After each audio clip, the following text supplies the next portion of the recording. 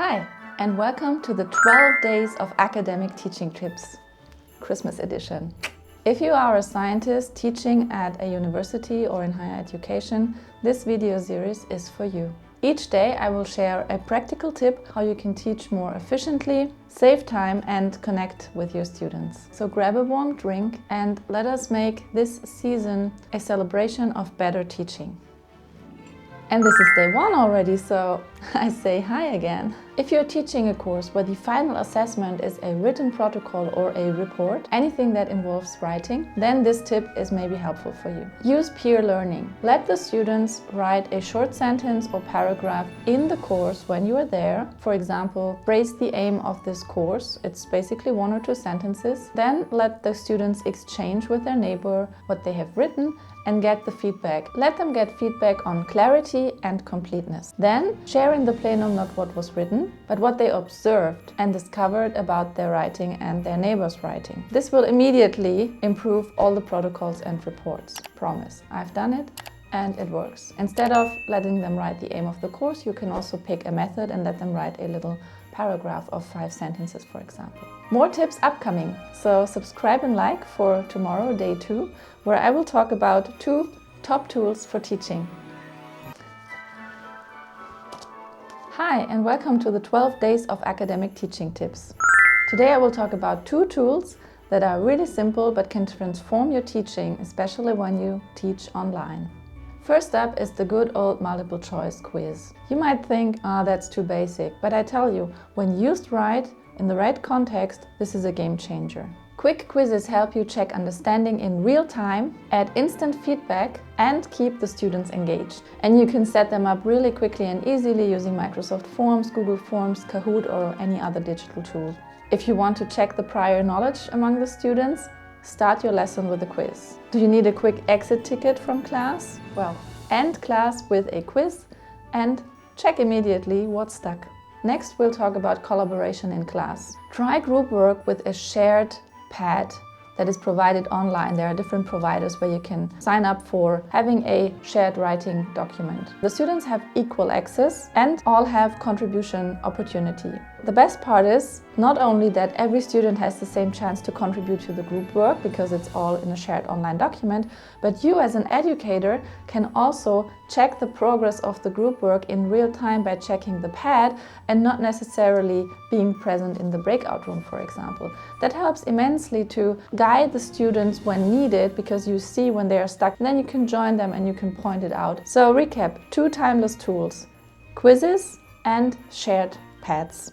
The quizzes for quick insight and the shared pads for real collaboration among students. It's simple, effective and game-changing for engagement. If this inspired you, please like and subscribe and join me tomorrow for day 3, where I will talk about how to frame a lecture.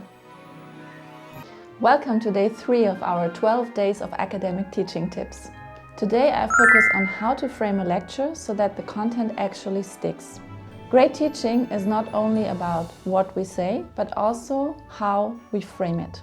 Here are 3 frameworks that every science educator should know. Number 1, pick the students up where they are. To connect what you're going to teach them, so what they are supposed to learn, to what they already know. This is easily done in the beginning of a lecture when you do a word cloud, have a quiz, make a poll. Then you can get an understanding of where the students are and where you pick them up. Second framework, tell the students why this lecture matters. You can use newspaper articles, point to cutting-edge research, to the requirements in the medical world, to everyday issues that we face now and in the future, and why this basic information in undergraduate studies, for example, matters if you look at the bigger picture. And the third framework is to open up the lecture with a curiosity gap, to let the students investigate and connect their own thoughts to the core content of the lecture. So for medium difficulty level, you have to know your audience for this point. So you have to know in which world they are living, what they consume online, what media they consume,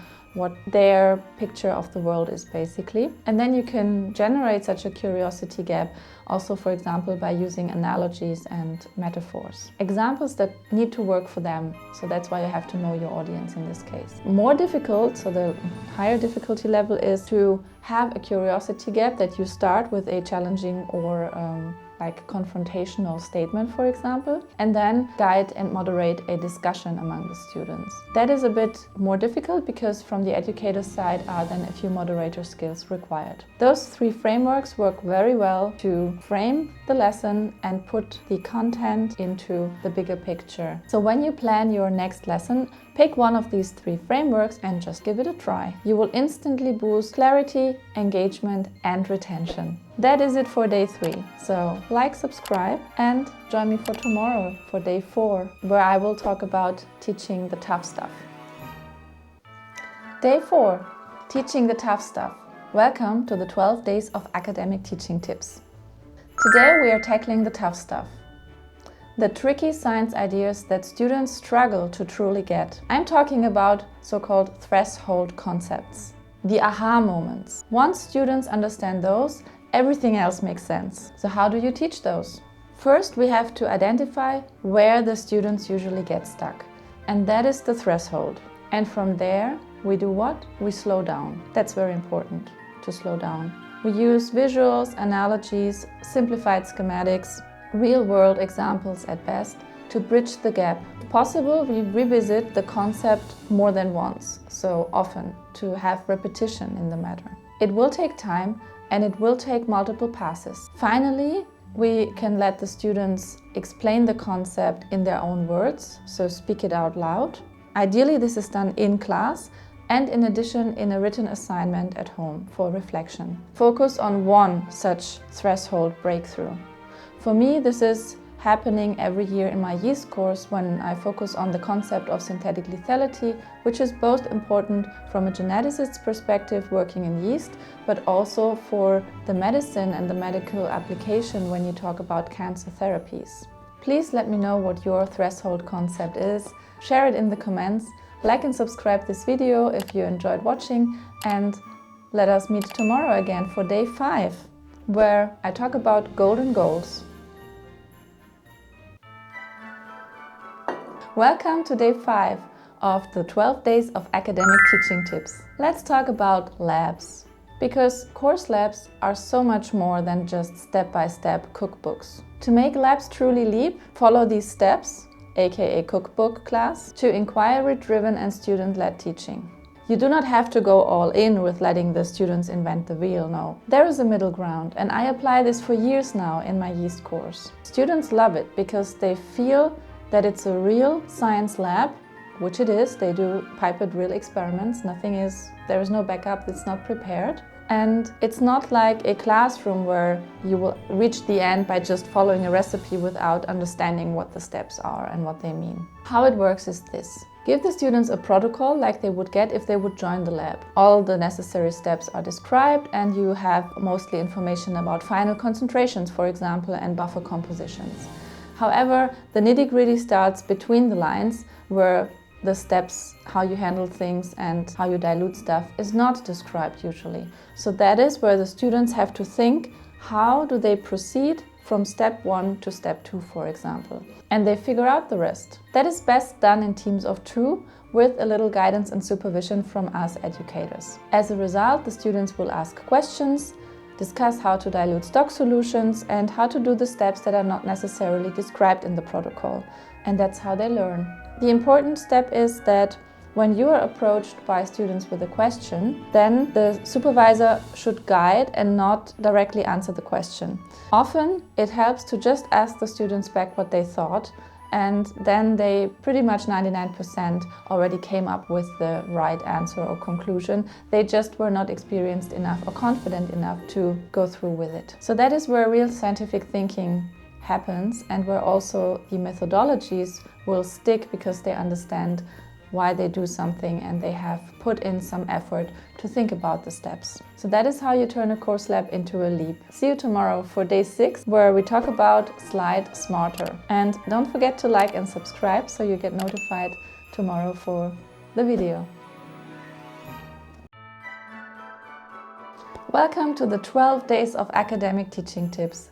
Today we talk about slide smarter, so about the PowerPoint slides or the presentation slides that we always have when we do teach. These slides are our classroom backbone. They are the stage.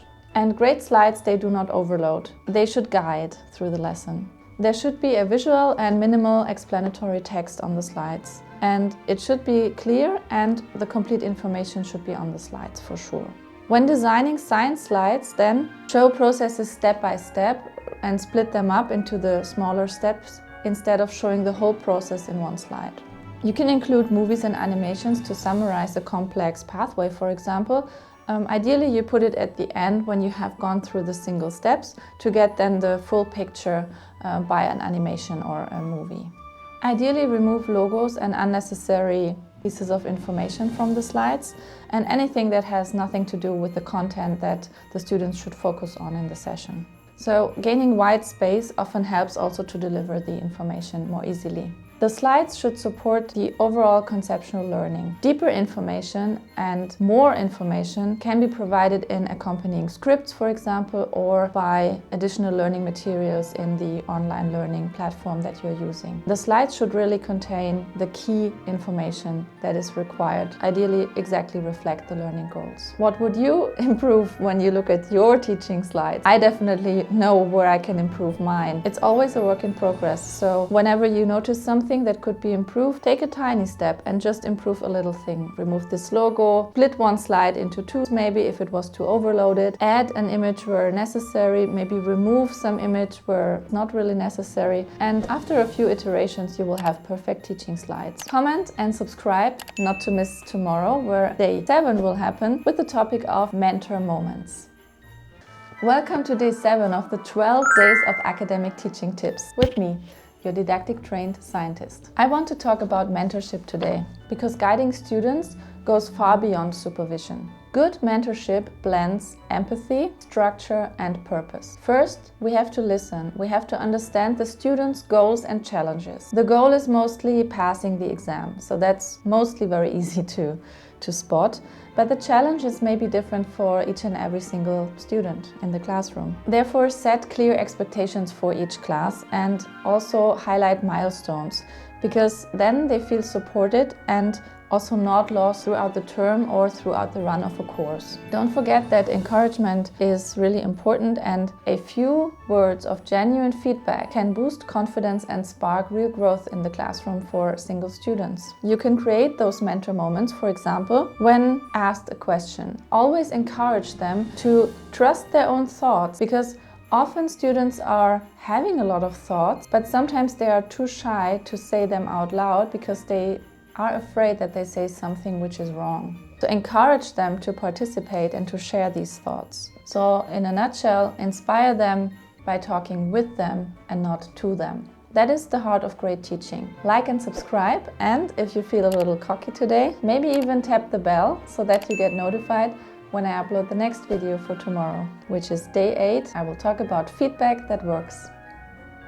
Welcome to day 7 of the 12 days of academic teaching tips with me, your didactic trained scientist. I want to talk about mentorship today because guiding students goes far beyond supervision. Good mentorship blends empathy, structure, and purpose. First, we have to listen. We have to understand the students' goals and challenges. The goal is mostly passing the exam, so that's mostly very easy to spot, but the challenges may be different for each and every single student in the classroom. Therefore, set clear expectations for each class and also highlight milestones, because then they feel supported and also not lost throughout the term or throughout the run of a course. Don't forget that encouragement is really important, and a few words of genuine feedback can boost confidence and spark real growth in the classroom for single students. You can create those mentor moments, for example, when asked a question. Always encourage them to trust their own thoughts, because often students are having a lot of thoughts, but sometimes they are too shy to say them out loud because they are afraid that they say something which is wrong. So encourage them to participate and to share these thoughts. So in a nutshell, inspire them by talking with them and not to them. That is the heart of great teaching. Like and subscribe, and if you feel a little cocky today, maybe even tap the bell so that you get notified when I upload the next video for tomorrow, which is day 8. I will talk about feedback that works. Welcome to day 8 of the 12 days of academic teaching tips. Today I'm talking about feedback, and that is very close to my heart, very important to me, and I think it's very important to talk about because there is a kind of feedback that is damaging and there is a kind of feedback that is really helping students to learn and to grow. Feedback is very positive when it is used timely and it is actionable and focused on the learning. So give quick notes and feedback when the action is still fresh. So in a course lab situation, don't wait up, give immediate feedback if you notice and spot something. And also in class, when there was someone contributing really well, then also give them a quick feedback directly after class. And don't wait up till the end or when nobody remembers actually. And importantly, you can talk about what worked and what doesn't work if you frame it into what to improve. So tell the students what worked and what could be improved. And that's a very positive feedback that everybody will be happy to hear. If they improved something, then also give feedback. Always end with honest encouragement to show the students that you believe in them. And I even used this once in a critical situation where I had to talk with a very underperforming student,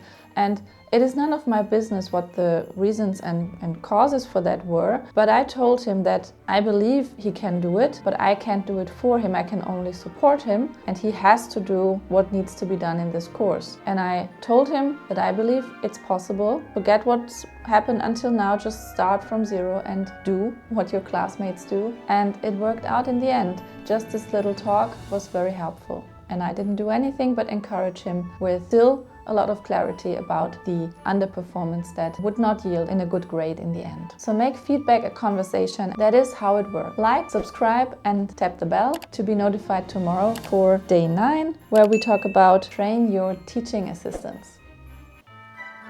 Welcome to day 9, how to train your teaching assistants. This is part of the series of 12 days of academic teaching tips. Teaching assistants are your allies in the classroom, and lab courses are not possible without teaching assistants or TAs. A well-trained TA can transform a course. Start with clarity in the briefing. Explain to the TA how you teach, what your teaching style is, what's important for you and in this class, so that their actions and yours align and that the students are not confused. And give them a voice. Give them a voice in planning and also in execution. If they like, give them a part of a small lecture, give them part in and authority in explaining part of the course. Then also, like you do with the students, give them feedback. Oftentimes TAs have to be guided a little bit how to have student-centered learning discussions. So what I mean with that is that if the students ask them a question, you will observe that they most likely will try to give the correct answer to the student instead of asking them back what they think they should do next or what they think about what the answer would be, to encourage them to listen to their own thoughts and to phrase their own thoughts. To do that, quick debriefs after each lesson or after a course day, for example, are very helpful, and it's mutual. We all learn from each other, right? And a TA that is not just standing there and bringing stuff in and taking stuff away and being there to answer specific questions really is an asset. It is very important that it's not only the supervisor that knows the classroom, but everyone involved could lead this classroom for the sake of the student-centered learning. So, invest in your TAs, mentor them as the future educators and not just as mere helpers. And that's how you build teaching teams that can shine. Thanks for joining in. Don't miss tomorrow, day 10, about rethinking exams. Subscribe, like, tap the bell to be notified, and join the community.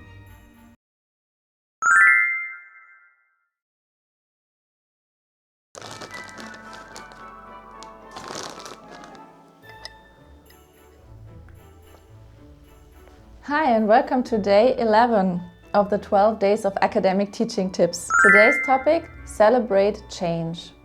Great teaching evolves. That was a hard one for me to learn when I started, because I was so happy that everything was planned and in place, and changing something that felt like destroying my whole work. But after one change, like implementing a small change from year 1 to year 2 to improve something, I felt it, that this is an evolution, and change doesn't mean that you change like everything. No, you stick with the plan because it's a good plan, because it was built based on didactic plans and frameworks and everything is in place. However, there are tiny things that can be adjusted from one year to the next, And ideally this is done if you have notes when you have a course or a lesson. You just make yourself notes, what worked, what didn't work, what you noticed, and not everything needs to change because every classroom contains different people, the questions, the interactions will be different. But there are some things that you might notice happened the year before and this year again, and that's then again enough proof that maybe this is a point where you might tweak.